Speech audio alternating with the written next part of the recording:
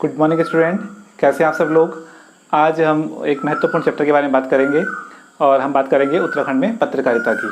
ठीक है, पत्रकारिता को भारतीय लोकतंत्र का चौथा स्तंभ भी कहा जाता है और यह महत्वपूर्ण माध्यम है अभिव्यक्ति का। ठीक, किस तरह से पत्र पत्रिकाओं ने उत्तराखंड आंदोलन या स्वतंत्रता संग्राम में अपनी भूमिका निभाई या किस तरह से इसका विकास हुआ, आज हम उस पर चर्चा करेंगे। ठीक है, तो यहाँ से भी काफ़ी अच्छे क्वेश्चन एग्जाम में बनते हैं। आइए बात करते हैं पत्रकारिता की।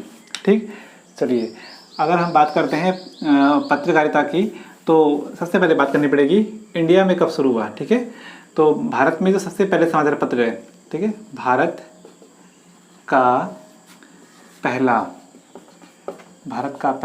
समाचार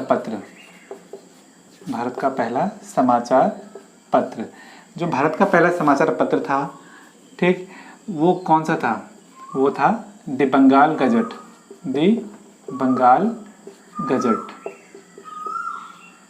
ठीक है, द बंगाल गजट भारत का पहला समाचार पत्र था और यह अंग्रेजी था। क्या था ये इस अंग्रेजी भाषा का अखबार था, अंग्रेजी भाषा का था। और इसके संपादक कौन थे? संपादक, ये बेसिक है, ये हमें पता होना ही चाहिए। संपादक है जेम्स अगस्टस हिक्की। संपादक है जेम्स अगस्टस हिक्की। ठीक है, और इसका जो सन होगा 1780 में यह प्रकाशित हुआ। ठीक है, 1780 में भारत का पहला समाचार पत्र द बंगाल गजट प्रकाशित हुआ। ठीक, लेकिन पहले भारतीय कौन थे जिन्होंने समाचार पत्र निकाला? ठीक है, तो पहले भारतीय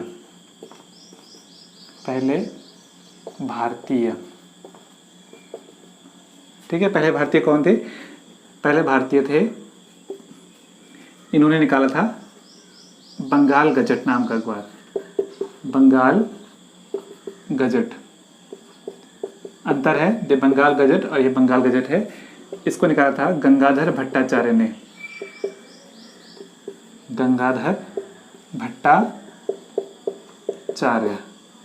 गंगाधर भट्टाचार्य ने ये अखबार निकाला, लेकिन इसकी भाषा भी अंग्रेजी थी। क्या थी? अंग्रेजी। ठीक है, तो ये पहले भारतीय थे जिन्होंने अंग्रेजी में समाचार पत्र निकाला। वो कौन थे? गंगाधर भट्टाचार्य थे। ठीक है, इसका ईयर भी इंपॉर्टेंट हो गया 1816। ठीक है, चलिए, लेकिन पहला भारतीय हिंदी अखबार कौन सा था? ठीक, अब आएगी बात पहला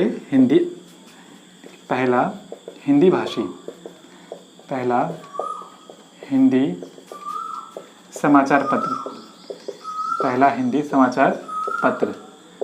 ये था उदंड मार्तंड।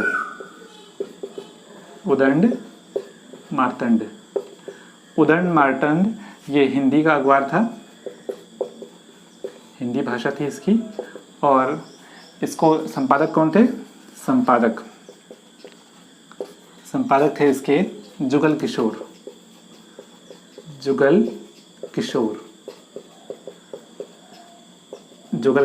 संपादक थे इसके। और इसका जो ईयर है 1826 में भारत का पहला हिंदी समाचार पत्र प्रकाशित हुआ, इसका नाम उदंड मार्तंड था। ये हमें कम से कम ये बेसिक चीज़ें है याद होनी चाहिए। तो यहाँ से एक रूपरेखा तैयार हो गई भारत में समाचार पत्रों की। ठीक, समाचार पत्र जब प्रकाशित हुए तो ये जनता तक अपनी आवाज़ पहुँचाने का एक मौका था, जन भावना या जन जागृति का भी एक माध्यम था। ठीक, लेकिन इन समाचार पत्रों पर समय समय पर प्रतिबंध लगाए गए। ठीक है, एग्जाम के पॉइंट ऑफ व्यू से वैसे तो 1799 का वेलेस्ली का भी प्रतिबंध इंपॉर्टेंट है, पहला प्रतिबंध था। लेकिन एग्जाम में जो सबसे ज़्यादा पूछा गया है वो कौन से प्रतिबंध है?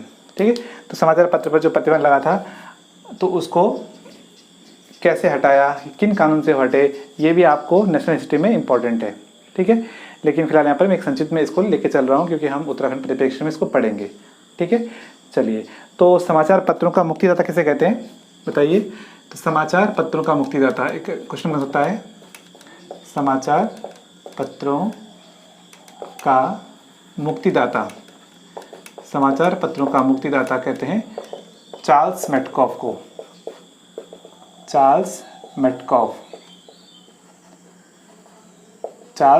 को क्या कहते हैं? Liberator of press. ठीक है, समाचार पत्रों का मुक्तिदाता किसे कहते हैं? चार्ल्स मेटकॉफ कहते हैं। ठीक है, अब ये प्रतिबंध कौन से थे, ठीक है, आप ध्यान रखेंगे एग्जाम के पॉइंट, वैसे सारे क्वेश्चन में पॉइंट करा रहा हूँ बस, ठीक है। तो अभी जो 1878 में लॉर्ड लिटन ने वर्नाकुलर प्रेस एक्ट लगाया, vernacular press act.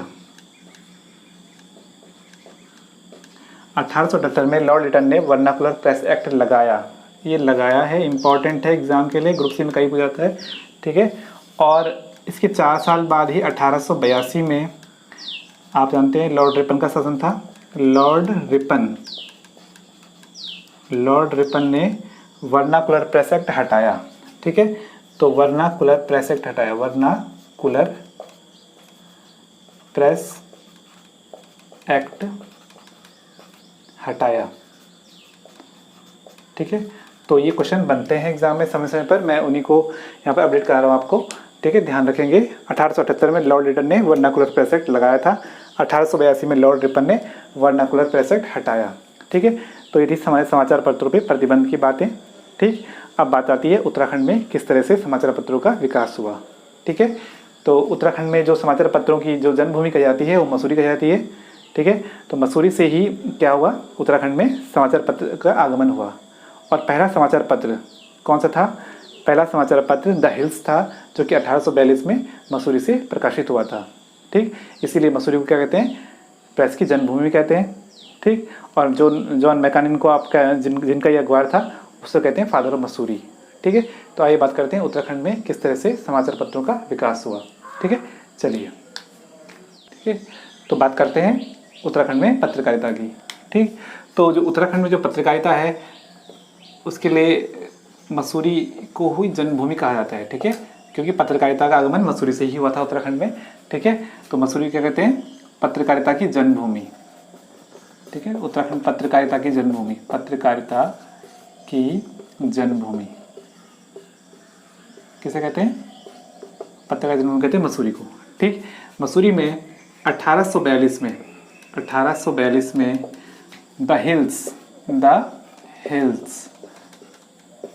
The hills का प्रकाशन हुआ। और ये कहाँ से हुआ था, ये हुआ सेमिनरी प्रेस से, सेमिनार प्रेस भी कहते हैं, सेमिनरी प्रेस से क्या हुआ, द हिल्स का प्रकाशन हुआ।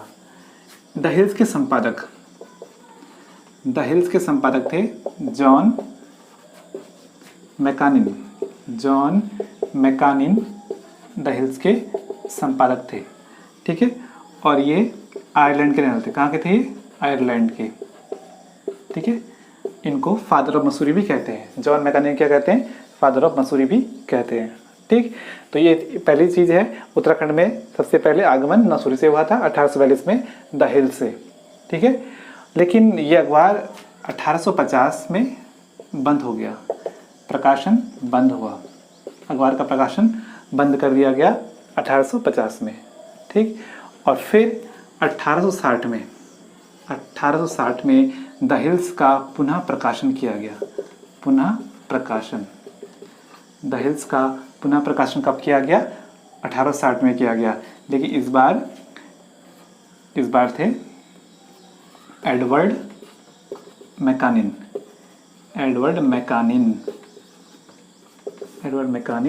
और डॉक्टर स्मिथ ने क्या किया, द हिल्स का पुनः प्रकाशन किया, ठीक है। तो ये थी द हिल्स की कहानी मसूरी से, ठीक है। उत्तराखंड का ये पहला अखबार था द हिल्स, ठीक है। और संभवतः ये उत्तर भारत का भी पहला अखबार था द हिल्स, ठीक है।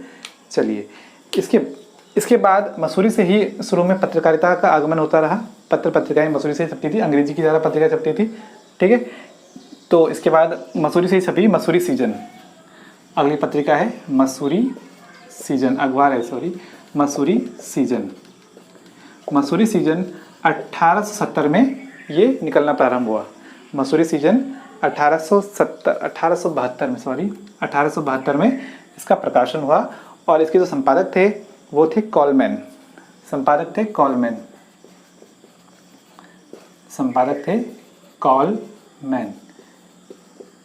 ठीक है।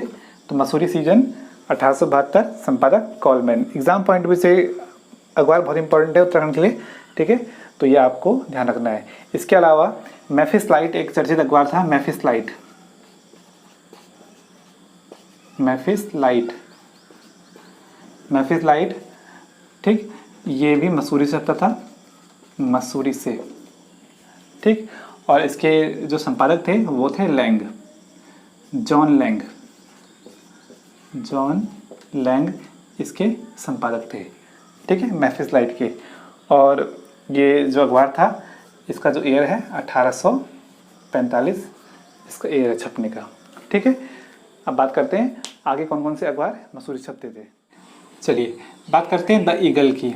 द ईगल मसूरी से निकलने वाला एक प्रसिद्ध अखबार था द ईगल, और ये 1878 के समय ये प्रकाशित हुआ और इसके संपादक थे मार्टिन, इसके संपादक थे मार्टिन, ठीक। The eagle 1878 Martin. इसके बाद अखबार आया Mussoorie times, Mussoorie times, Mussoorie times, और ये अखबार सन 1900 में प्रकाशित हुआ और इसके संपादक थे एफ बॉडीकॉर, एफ बॉडीकॉर, एफ बॉडीकॉर इसके संपादक थे, ठीक। तो ये एग्ज़ाम के पॉइंट ऑफ व्यू से इम्पॉर्टेंट है, आपको ये चीज़ें याद रखनी होंगी, ठीक। इसके बाद अब पहला हिंदी भाषी अखबार कौन बनेगा उत्तराखंड का, ठीक, तो इसके बारे में कई कन्फ्यूज़न भी है, ठीक है। तो उत्तराखंड का पहला हिंदी भाषी अखबार, हिंदी भाषी समाचार पत्र,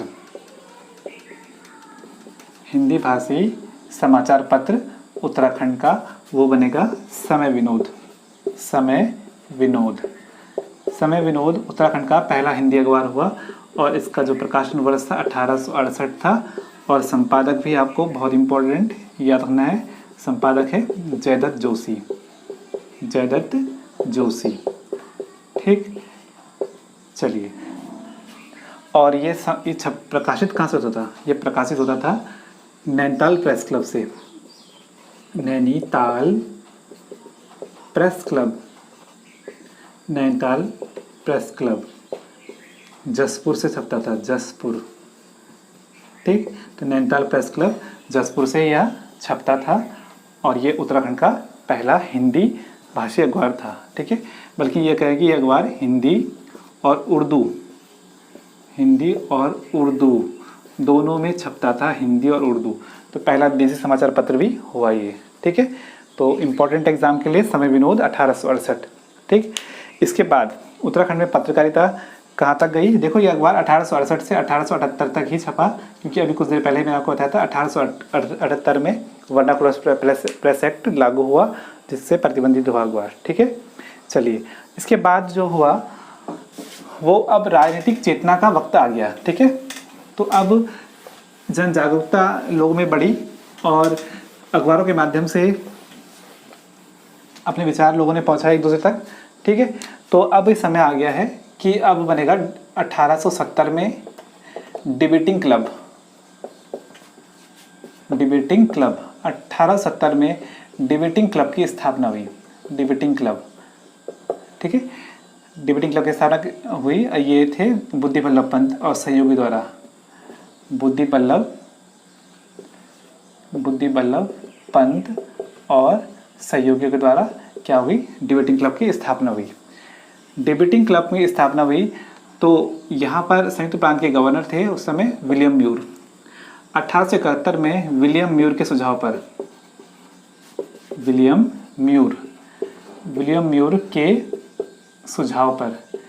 विलियम म्यूर के सुझाव पर 1871 में अल्मोड़ा अखबार का प्रकाशन हुआ, अल्मोड़ा अखबार का प्रकाशन हुआ 1871 में और संपादक बने बुद्धि बल्लभ पंत। संपादक कौन बने, बुद्धि बल्लभ पंत, ठीक है। तो इनको कहते भी हैं राजनीतिक चेतना का जनक, किसे कहते हैं, बुद्धि बल्लभ पंत को ही कहते हैं, ठीक है। अल्मोड़ा अखबार 1871 में उस समय का बहुत प्रसिद्ध अखबार था और जब ये अखबार निकलना शुरू हुआ तो इसका रजिस्ट्रेशन नंबर 10 था। ठीक, रजिस्टर नंबर क्या था इसका? 10 था। और यह अखबार नाम अल्मोड़ा अखबार है, लेकिन कुमाऊनी में यह हिंदी भाषा का अखबार है। इसकी भाषा क्या है? हिंदी। ध्यान रखेंगे, भाषा यहाँ पर बहुत कन्फ्यूजन आपको रहता है, तो भाषा इसकी हिंदी रहेगी। ठीक है, अल्मोड़ा अखबार। तो अनेक इसके संपादक जुड़े साथ में। ठीक है, लेकिन इस अखबार को प्रसिद्ध पहुँचाया बद्रीदत्त पांडे ने। ठीक है, इसको अखबार को 1871 में जो शुरू किया बुद्धि बल्लभ पंत ने, और 1913 में इसके संपादक बने बद्रीदत्त पांडे। कुमाऊं केसरी हैं बद्रीदत्त पांडे। ठीक है, तो अखबार को प्रसिद्धि में पहुंचाया बद्रीदत्त पांडे ने, लेकिन यह अखबार 1918 में बंद कर दिया गया। क्यों कर दिया गया ये सबको पता होगा ये तो। ठीक है, अधिकारी लोमस पर टिप्पणी की थी, और जिस कारण यह अखबार क्या कर दिया? प्रतिबंध कर दिया गया। लेकिन जैसे ही अखबार प्रतिबंधित हुआ, बद्रीदत्त पांडे ने 1918 में ही शक्ति समाचार पत्र का प्रकाशन किया। ठीक है, तो केवल नाम बदला था और नया अखबार उन्होंने शुरू कर दिया। लेकिन परीक्षा के पॉइंट ऑफ व्यू से अल्मोड़ा अखबार बहुत इंपॉर्टेंट है, आपको इसे याद रखना है। ठीक है, चलिए अब बात करते हैं इसके जो संपादक थे वो कौन थे। ठीक है, तो इसके दूसरे संपादक थे इम्तियाज अली। ठीक है, पहले कौन थे? बुद्धि बल्लभ पंत, दूसरे थे इम्तियाज अली।